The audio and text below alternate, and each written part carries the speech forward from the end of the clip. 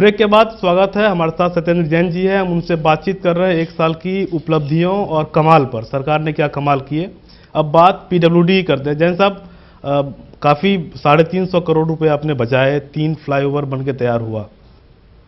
क्या क्या पीडब्ल्यूडी में अचीवमेंट मानते हैं? ये वाकई इसे अचीवमेंट मान रहे हैं? क्योंकि विपक्ष कह रहा है कि ये तो पहले से जो टेंडर अमाउंट था उसमें और जो एस्टिमेटेड अमाउंट था उसमें फ़र्क कर दिया गया। देखिए, उनको तो कुछ ना कुछ कहना ही है, कहने से तो चलता ही रहेगा। अभी ये पूछिएगा जो डीडीए की रोड्स चल रही है उनके एस्टीमेट जो बने थे और उनके एक्चुअल कॉस्ट में कितने गुना एक्स्ट्रा कॉस्ट लगी है। जो मैंने आज़ाद मार्केट में फ्लाईओवर बन रहा है उसकी कॉस्ट 100 करोड़ रही होगी, क्या वो 500 करोड़ में भी बन पा रहा है? सरकारी प्रोजेक्ट जो एस्टिमेटेड कॉस्ट है उसके अंदर कंप्लीट कौन सा हुआ ये तो बता दो। बड़े प्रोजेक्ट की बात कर रहे हैं, कोई भी एक भी करके दिखाया हो तो। ये पहली बार ही है कि हम एस्टिमेटेड कॉस्ट से कम में कर रहे हैं। जो पैसा है उसको बचा के दिखा रहे हैं। उनको तो कहना है उनके राज्य हैं और राज्यों में करके दिखा देना, वो भी तो कर रहे हैं, उनकी भी कई जगह सरकारें हैं। तो ये जादू कैसे हुआ?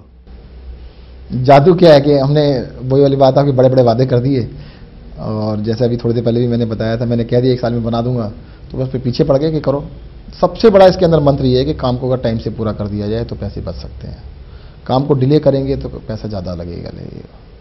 इसके अंदर बिल्ट इन एस्केलेशन क्लॉज होती हैं, अपने आप पैसा बढ़ता चला जाता है, कॉस्ट बढ़ती चली जाती है। अगर आपने किसी भी इंफ्रास्ट्रक्चर प्रोजेक्ट को टाइम से पूरा किया तो पैसा कम लगेगा। दिल्ली में सड़कों की हालत बहुत अच्छी नहीं है, मानते हैं? नहीं, बहुत बुरी भी नहीं है। ऐसा तो नहीं है कि बहुत बुरी है।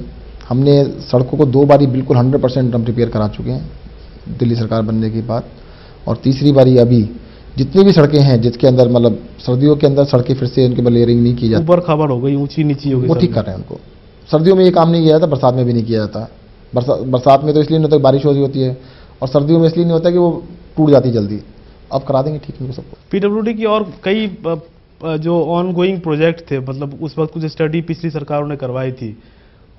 ये चंदगीराम अखाड़े के पास ये फ्लाईओवर प्रोजेक्टेड था, एक उससे मंजरू के टीले के पास भी कुछ उसको ख़त्म करने की योजना थी।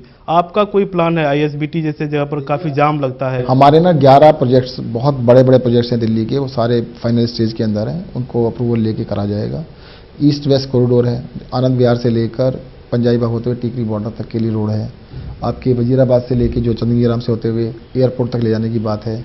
इसी तरह से आपका यमुना पुस्ते से लेके दिल्ली बॉर्डर तक ले जाने की बात है। सिग्नेचर ब्रिज से लेके दिल्ली बॉर्डर तक रोड है। तो हमारे बहुत बड़े बड़े 10-11 प्रोजेक्ट दिल्ली को डीकंजेस्ट करने के जो है वो सब पे काम चल रहा है और प्लानिंग लगभग पूरी हो चुकी है। अब उनको सैंक्शन कराया जाएगा। सैंक्शन करने का सिस्टम थोड़ा सा कॉम्प्लिकेटेड है, तो सैंक्शन कराने के लिए हमारे ऊपर वाले लोगों से सैंक्शन कराया जाएगा। पे कोई समाधान नहीं निकला है, पिछली सरकार भी नहीं निकाल पाई। कर रहे हैं वो भी। क्या कुछ है प्लान में? हाँ जी, बिल्कुल है। एक फुट ऊपर से पूरा फ्लाई वो बना दिया है, उसका डिजाइन बन गया है और उसको अब बनाया जाएगा। अच्छा, बीआरटी कॉरिडोर को भी तोड़ने का उद्घाटन हुआ। देखिएगा वो क्या हुआ था कि जो वहाँ के हमारे एमएलएस थे उन्होंने मुझे बुलाया, मुझे तो बड़ा अजीब सा भी लग रहा था, परंतु वहाँ जाने के बाद मुझे पता लगा कि वहाँ के लोगों को वाकई में इससे कितनी मुक्ति मिली है। हजारों लोग वहाँ पहुँचे हुए थे और वो इतने खुश थे इस बात से, जितना मुझे धन्यवाद दे रहे थे।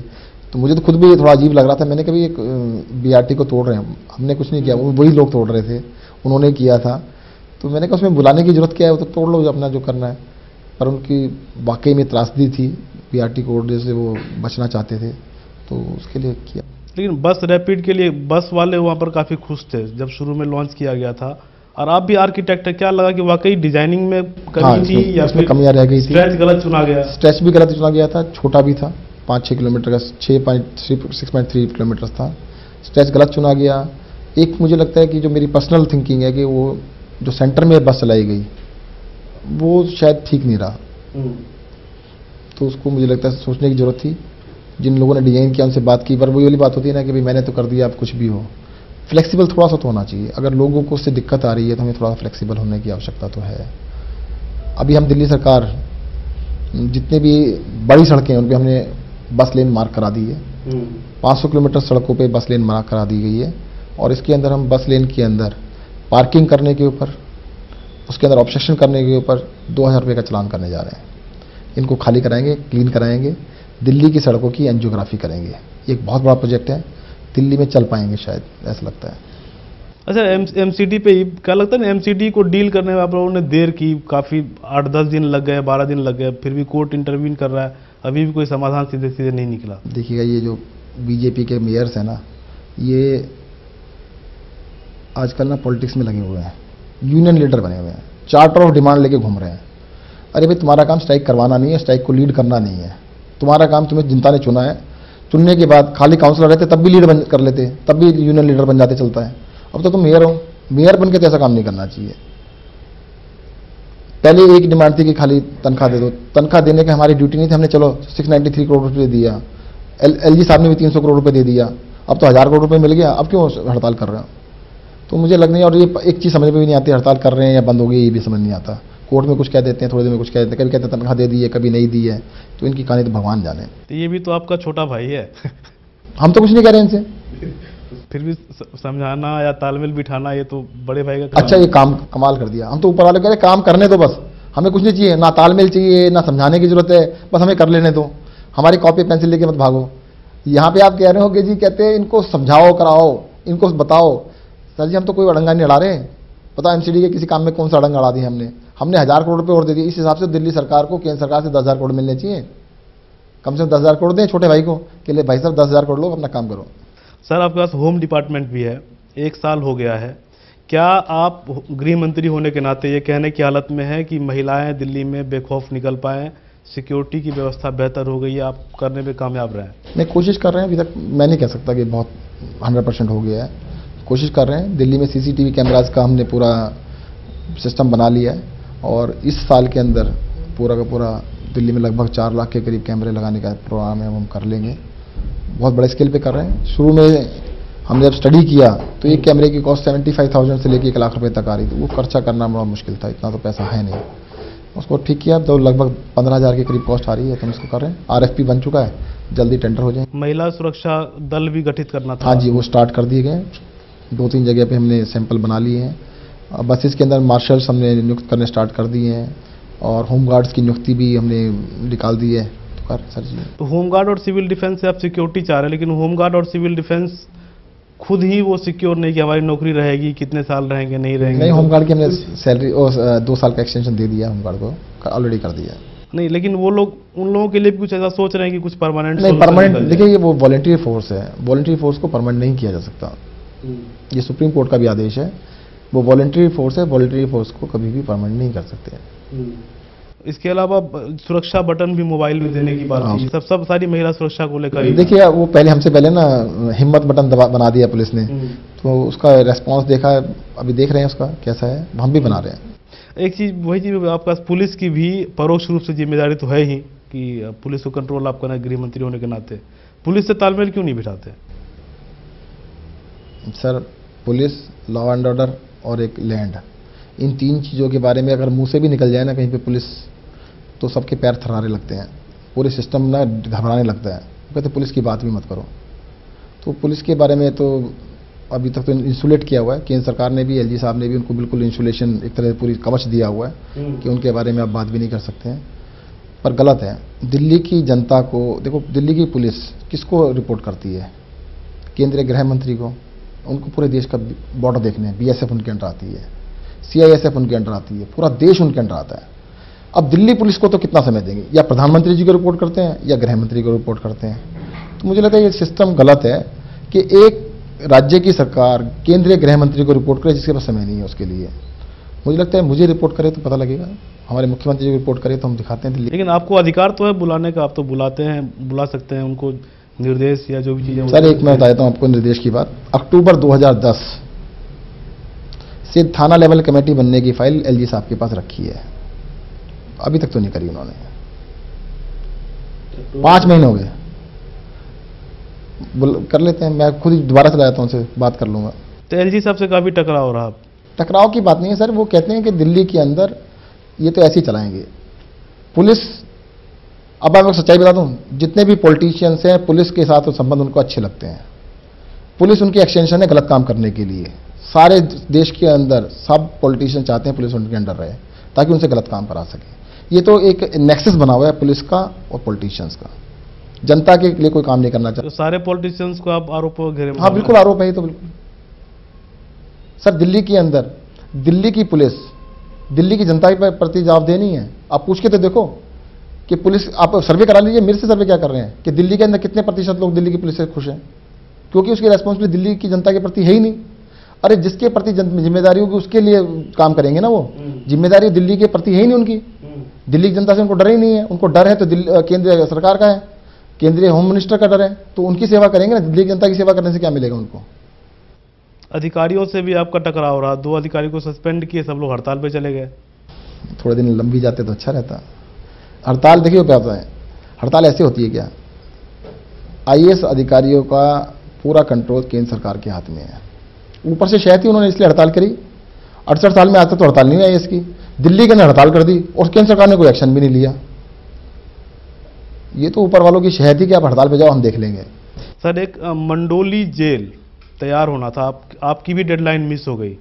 उसके अंदर जेल का जो इंफ्रास्ट्रक्चर का काम है वो तो सब ठीक है, अभी उसके अंदर रिक्रूटमेंट वाला काम डिले हुआ है। तो रिक्रूटमेंट के लोग अब आ रहे हैं, उनकी ट्रेनिंग होकर उसके बाद स्टार्ट होगा। जैन साहब, इंडस्ट्री को लेकर भी आप लोगों ने एक अच्छा माहौल देने की बात कही थी, मेंटेनेंस अभी भी वहाँ चुनौती बनी हुई है। नहीं, दिल्ली के अंदर जितने भी इंडस्ट्रियल एरियाज दिल्ली सरकार के पास हैं, जो दिल्ली सरकार के पास नहीं है, एमसीडी डीडीए वगैरह के पास, उनको हम ले रहे हैं। उनसे हम रिक्वेस्ट किए सब हमें दे दो, क्योंकि वो मेंटेन नहीं कर रहे हैं। और दिल्ली सरकार ने इस साल 50-60 करोड़ रुपए अभी खर्च कर चुकी है। आने वाले साल के अंदर हम सारे इंडस्ट्रियल एरियाज के बेसिक इंफ्रास्ट्रक्चर, सड़कें हैं, नालियाँ हैं, सीवर है, पानी है, लाइट है, सबके अंदर हम कर देंगे। उसमें ये लोग 20% जो एक्स्ट्रा वो लोग बिजली का टैक्स देते हैं, उसमें भी राहत देने की बात आपने कही थी, वो अभी तक हुआ नहीं। 20% टैक्स किस बात? वो बोलते हैं कि पीक आवर्स में जो बिजली वो लोग यूज़ करते हैं उसमें 20% उन लोगों को ज़्यादा देना पड़ता है। नहीं, उसको चेंज कर दिया है, टाइमिंग को चेंज कर दिया है। उनसे इंडस्ट्रीज से पूछ के, जो उनको अभी टाइमिंग गलत थे उसको रिवाइज कर दिया गया है, नोटिफिकेशन में आ गया है वो। अच्छा, आपके जो DSIDC के चेयरमैन थे, सेक्रेटरी थे चेतन सांघी जी, उन पर भी आरोप लगे कि उन्होंने कंपनियों को फ़ायदा पहुंचाया था जब वो उस वक्त अधिकारी थे। तो कहीं ना कहीं लगा कि आपके लिए अच्छी स्थिति नहीं थी उस वक्त उसको डिफेंड करना। नहीं, इसमें तो देखो मेरे सामने का तो बात है नहीं, ये 3 साल पुरानी है, परंतु मैंने फाइल देखी है, उसमें कुछ ऐसा मेरे को गलत लगा नहीं कि उन्होंने कहते कोई एट ए ग्लांस मैंने फाइल देखी थी। अगर फ्री होल्ड किया जाए, फ्री होल्ड किया तो डीडीए भी फ्री होल्ड कर रहा है और DSIDC ने फ्री होल्ड कर दिया, वो इलीगल कैसे हो गया मुझे अभी तक तो समझ में नहीं आया है। हम खुद चाहते हैं कि दिल्ली में जितने भी इंडस्ट्रियल एरिया उनको फ्री होल्ड कर दिया जाए, इसी वजह से अटका भी हुआ है कि वो FIR कर दी उनकी, ये कर दिया वो कर दिया। एक सरकार को सोचना पड़ेगा कि भाई एक तरफ DDA में फ्री होल्ड किए जा रहे हैं आप, और दिल्ली सरकार फ्री होल्ड करता है तो उसको तुम इलीगल कहते हो, तो गलत है। और अभी भी मेरे पास बवाना से 100-200 लोग मिलने आए थे, उनकी सबसे बड़ी डिमांड थी फ्री होल्ड कर दीजिए। तो मैंने कहा आप तो फ्री होल्ड की बात करते हैं, LG साहब इसको कहते हैं इलीगल कह रहे हैं, तो थोड़ा सा अजीब सी बात कहते हैं। हम LG से मिलेंगे, देखते हैं क्या होता है। एक और सवाल, राहुल द्रविड़ मिस्टर भरोसेमंद कहते थे जब वो टीम में खेलते थे, कभी भी आया तो वो टीम को जिताने तक ले जाते थे और बाद में फिर कप्तान बने। आपकी भी छवि मिस्टर भरोसेमंद की बन रही है दिल्ली में, बोलते नहीं है, ज़्यादा करके दिखाने की कोशिश में लगे हैं। तो क्या लगता है कि दिल्ली की कमान के लिए भी तैयार हैं आप? देखिए सर, ऐसा नहीं आपको, मेरे को ज़्यादा पॉलिटिक्स में तो मैं रहता नहीं, ना रहना चाहता हूँ। एक चीज़ कह सकता हूँ, जो मैं काम कर रहा हूँ ना, अरविंद केजरीवाल ने मुझे कह रखा है कि तुम्हें चिंता करने की जरूरत नहीं है, छतरी लेके मैं चल रहा हूँ, बारिश से घबराने की जरूरत नहीं है।